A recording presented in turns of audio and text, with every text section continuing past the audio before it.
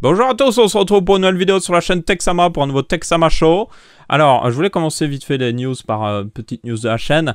Donc la vidéo sur Ryzen est sortie, vous avez pu le voir. Alors l'intérêt de la vidéo, bon évidemment je suis un petit peu en retard parce que ça fait un petit moment que Ryzen est sorti, Ryzen 7 pour être plus exact. Mais je trouve que la vidéo a quand même un assez grand intérêt vu qu'il y a eu des mises à jour de BIOS entre temps et tout ça. Donc ça peut être bien pour ceux qui veulent acheter du Ryzen. Donc voilà, si vous n'avez pas vu la vidéo, n'hésitez pas. Et du coup, autre petite news de la semaine. Donc oui, on continue les configs de la semaine. Il y aura un truc assez important dans la vidéo, je vais en parler après. Mais donc si vous avez des idées pour le prochain épisode, n'hésitez pas à les mettre dans les commentaires pour ceux qui voudraient voir une certaine config ou autre chose. Du coup, commençons tout de suite. Première news, c'est notre Google. Google va rajouter un bloqueur de pub dans son navigateur Chrome. Alors là, il y en a qui vont me dire oh, what mais Google ne vend pas des pubs justement sur Internet. Alors, évidemment, bon déjà je tiens à préciser que ils ont commenté sur le truc en disant on ne commande pas les rumeurs ou les spéculations. Donc ça c'est leur réponse officielle à la news. Bon, en général quand vous avez une société qui dit oui on ne commande pas les rumeurs, c'est qu'il y a une part de vérité quelque part. Parce que si c'était totalement faux, ils diraient non, c'est totalement faux. Parce que c'est ce que font la plupart des sociétés. Mais ils n'ont pas vraiment le droit. Il faut le savoir une chose, c'est qu'ils n'ont pas le droit de dire que quelque chose est faux. Mais en réalité, c'est vrai plus tard. Parce qu'ils pourraient se faire attaquer en justice, il faut le savoir. Donc en général, c'est pour ça qu'ils ont toujours ces réponses un petit peu vagues en mode oui, on ne commande pas là-dessus. Voilà. On ne sait rien. Je ne sais rien. Du coup. Il y a une part de vérité là-dedans et ça m'étonnerait même pas. Pourquoi? Parce que ce bloqueur de pub, évidemment, ne bloquerait pas toutes les pubs. Il bloquerait les pubs inacceptables. Pourquoi? Parce que sur Internet, l'une des raisons pour laquelle beaucoup de gens utilisent un bloqueur de pub, c'est les pubs qui sont vraiment... qui vous sautent au visage. Les pubs qui sont... sur les sites de téléchargement par exemple, ça c'est le pire. Je pense rien que Mediafire qui est très utilisé dans la communauté Minecraft pour les texture packs et tout ça, il y a des pubs mais intrusives à mort et utiliser Mediafire sans bloqueur de pub est juste une galère vraiment. Du coup leur but c'est vraiment de bloquer ce genre de pub. Évidemment ça bloquerait des pubs de la concurrence parce que Google vend des espaces publicitaires. Donc c'est un peu, ils bloqueraient leur propre concurrence, donc c'est un abus de position, donc ça pourrait mener à des problèmes pour eux. Mais après, s'ils restent respectueux et qu'ils autorisent quand même la plupart des autres pubs qui sont respectueuses, je pense pas que ça poserait un problème. Évidemment aussi, ça mettrait en avant, il faut savoir que Chrome est utilisé par plus de 50% des gens, donc 50% des navigateurs sur Internet, des gens qui naviguent, utilisent Chrome. Donc ça veut dire que si Google mettait ça dans la prochaine version de Chrome, il deviendrait le bloqueur de pub le plus populaire et ça lui donnerait énormément de poids parce que ça pourrait tout simplement couler des sociétés qui profitent justement de pubs frauduleuses ou ce genre de trucs. Ce qui serait une bonne chose au final.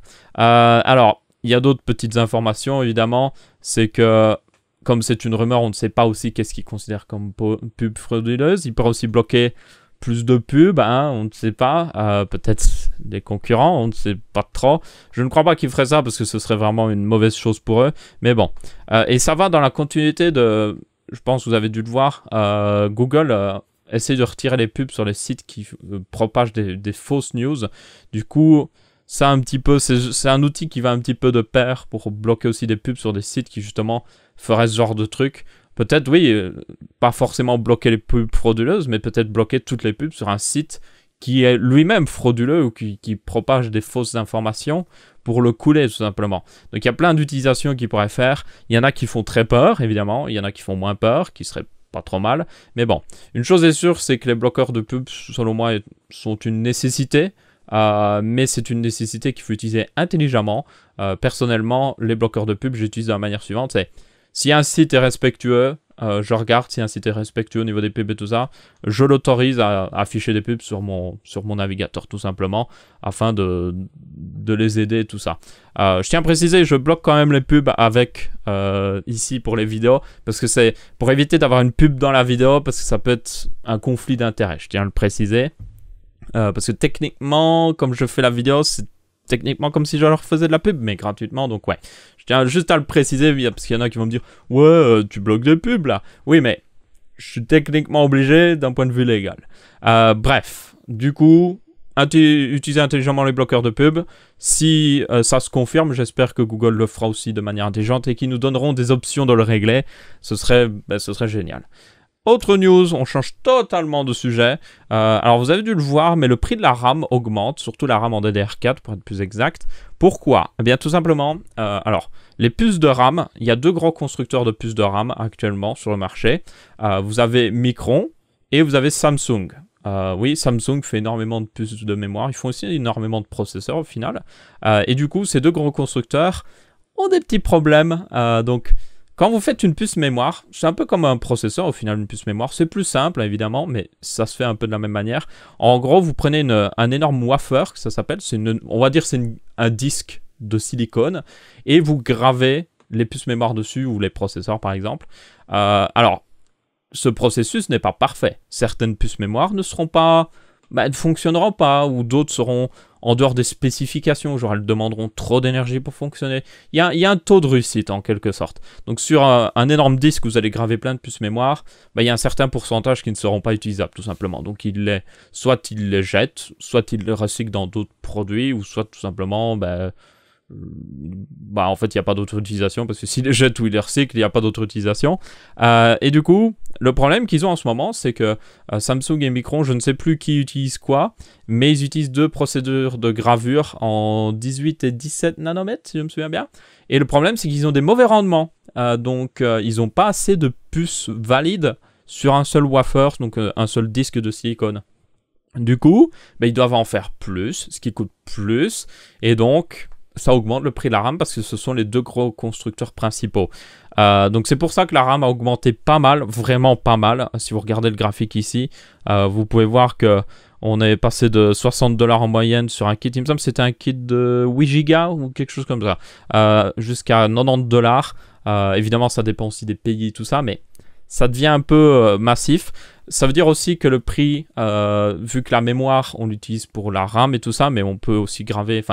ça concerne aussi la mémoire NAND qu'ils utilisent pour les SSD. C'est-à-dire aussi les prix des SSD augmentent aussi ces derniers temps. Donc, ça veut dire que si vous devez acheter de la RAM ou un SSD, tardez pas trop en fait. Et ça en va aussi de pair avec ce que je voulais amener comme sujet, c'est que honnêtement, actuellement, c'est plutôt un bon moment pour commander un PC. Bon, comme je le disais avant de me faire interrompre, François, qui vient de manger... un de ces magnifiques bonbons qui sont très amers.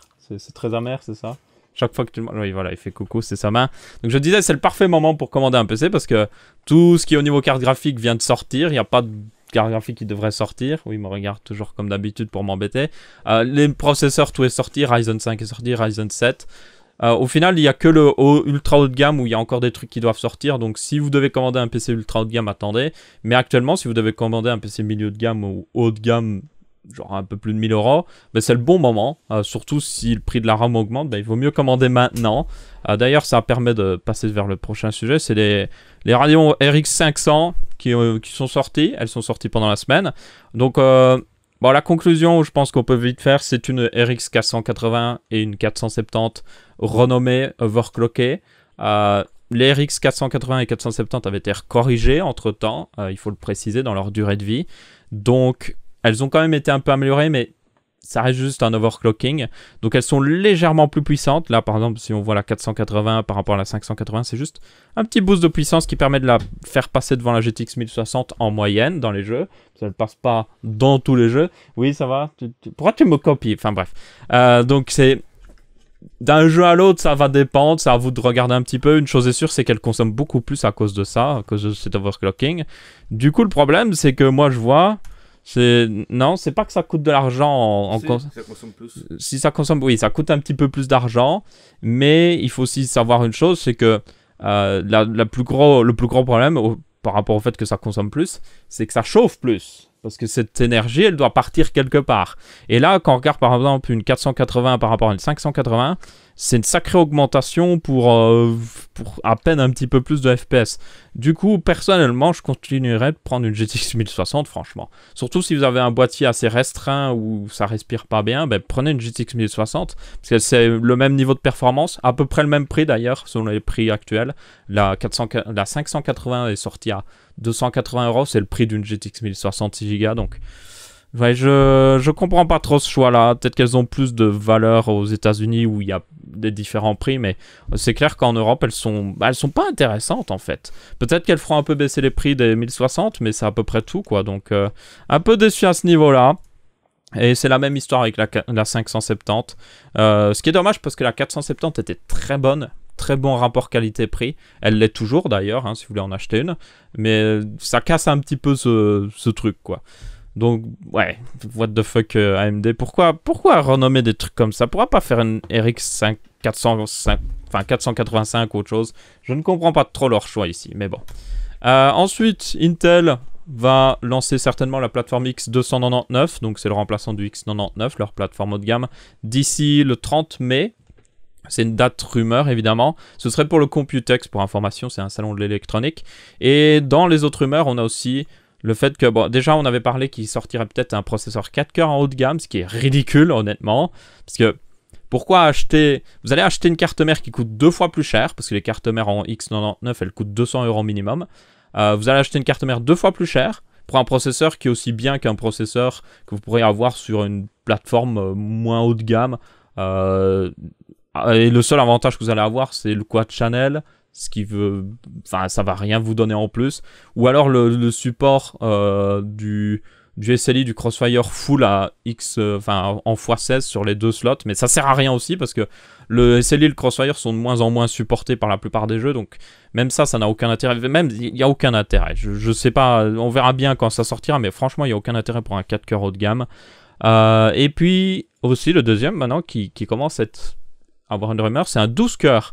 Ce qui serait logique parce que je vous rappelle que AMD sortirait bientôt une plateforme en X399. Oui, c'est fait, à mon avis, c'est fait exprès pour embêter Intel, pour reprendre leur nom.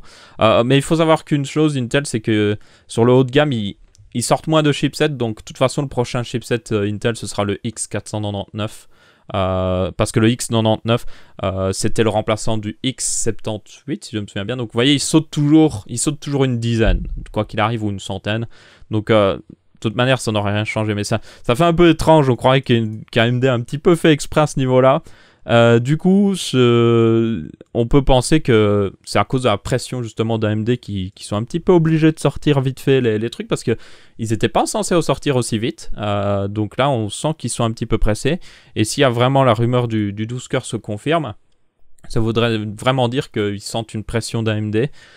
S'ils sortent un 12 cœurs aussi, je suppose que les prix changeraient. Peut-être que le 12 cœurs sera à 1700 €, le 10 cœurs vers 1000 € en toute logique, et le 8 cœurs du coup passerait peut-être à moins, peut-être 500 € pour justement concurrencer AMD qui a un 8 cœurs à ce prix-là. Ce serait logique. Après, c'est Intel, donc on ne sait pas ce qu'ils vont faire. En tout cas, je vous rappelle que cette plateforme haut de gamme sera basée sur Skylake. Donc Skylake, c'est la génération 6. Donc c'est en gros, c'est une version haut de gamme du i7 6700K. Oui, non, c'est pas le 7700K. Pourquoi? Parce que Intel a toujours une génération de retard sur le ultra haut de gamme, ce qui est ridicule, hein. Mais donc ça veut dire que ça va leur coûter encore plus cher parce que AMD aura un petit peu plus de poids à ce niveau-là, surtout si la plateforme haut de gamme d'AMD, le X399, s'ils sortent un processeur 16 cœurs à 1000 €, ce qui serait logique, Intel n'aura rien en face, rien du tout. Ils auront un processeur 10 cœurs à la limite qui se fera littéralement botter les fesses. Donc ouais, je sais pas trop, on verra bien. Une chose est sûre, c'est que c'est une bonne chose pour nous et on verra comment Intel va réagir à ce niveau-là.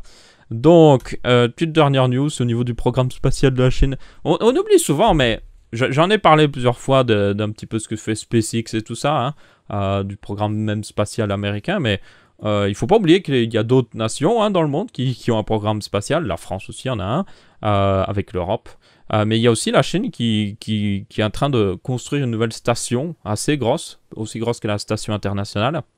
Et pour ça, ils ont d'ailleurs une nouvelle roquette qu'on peut voir ici, sur leur site de lancement qui est situé au sud de la Chine. C'est pas très loin de Hong Kong pour ceux qui se demandent. Donc, ils ont déjà un prototype dans le ciel et ils voudraient, d'ici une dizaine d'années, construire une nouvelle station internationale, enfin pas internationale, une station spatiale aussi grosse que la station internationale. Pour ceux qui se demandent à quoi ça sert tout simplement à faire des études en apesanteur. C'est assez important Et ça permet de découvrir certaines choses. Il y a pas mal de petites découvertes qui ont été faites grâce à ça. Et aussi, dans le futur, on pourrait peut-être découvrir des nouvelles façons de faire quelque chose, justement grâce au manque de gravité. Donc c'est assez important d'un point de vue scientifique. Et si vous êtes un gros pays, il vaut mieux investir là-dedans, sinon vous allez être en retard. Qu'est-ce qu'il y a, François? C'est cool ce que je dis, qu'il me dit. Yes, il en a rien à faire. Bref, du coup, c'était la dernière news pour ce Texama Show. N'hésitez pas à laisser du coup votre avis, que ce soit en pouce bleu, pouce rouge ou en commentaire. On se retrouve la semaine prochaine pour un nouveau Texama Show. Et je vous dis salut à tous!